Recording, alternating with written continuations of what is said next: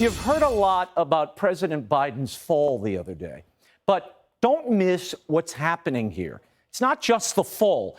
The media operation and the implications for the republic, that's what concerns me. Now, look, anyone could stumble or fall. This is sandbag's fault. But when a president does it, usually scrutiny and ridicule follow. Trump couldn't even walk down a slick ramp without facing scorn. President Gerald Ford was probably the most athletic president ever. He played football in a national championship, but when he missed a step just once, Chevy Chase and SNL sketches forever set the narrative of Ford as a bumbling buffoon. So it is curious that when Hillary Clinton collapsed like an old Armani pantsuit and was physically dumped into a van, there was no SNL sketch or ridicule, which brings us to the current president, who over the last 2 years has done more pratfalls than Jerry Lewis.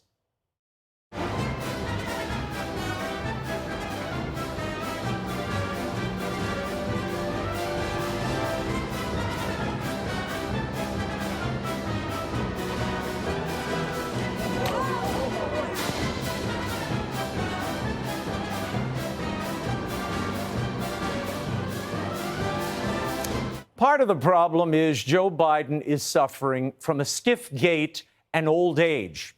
His doctor has admitted as much. But in an effort to show how vigorous he still is, he affects this skipping routine. I call it the Biden Trot. He does it all the time. It mostly conjures up images of Tim Conway's little old man. But watch closely. It's the Biden Trot that got him into trouble at the Air Force Academy yesterday.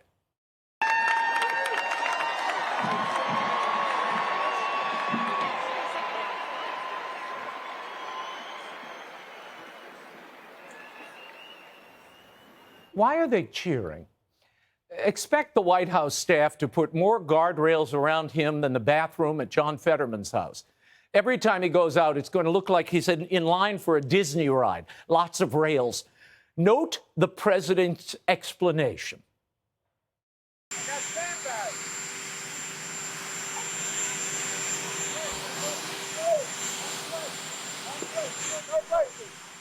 He blamed the sandbag that was holding his prompter.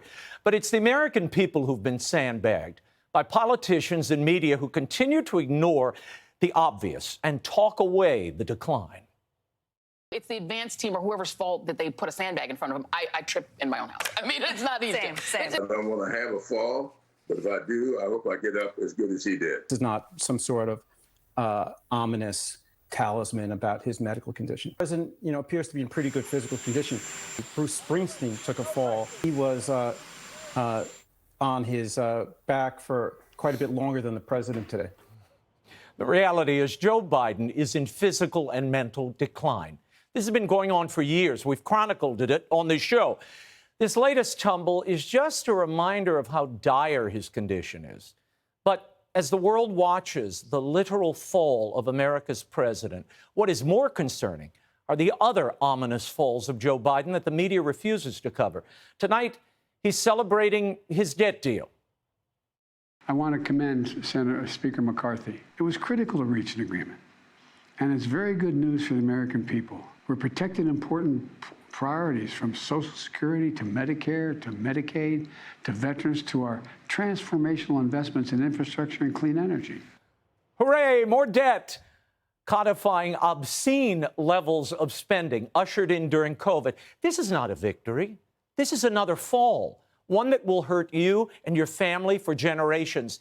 And as for the jobs report, the job growth is coming predominantly from new government or subsidized jobs, which you pay for. Hooray, more government debt.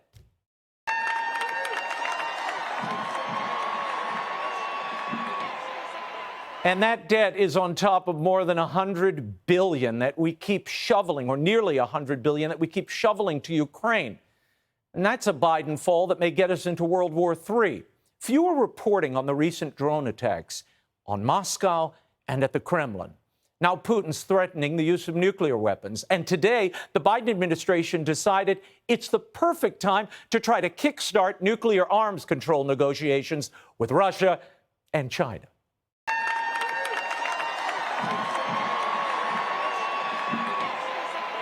I haven't even gotten to crime or the record border incursions, but they speak for themselves. Still, the White House says Joe Biden is just peachy and put all that big fall stuff right out of your mind.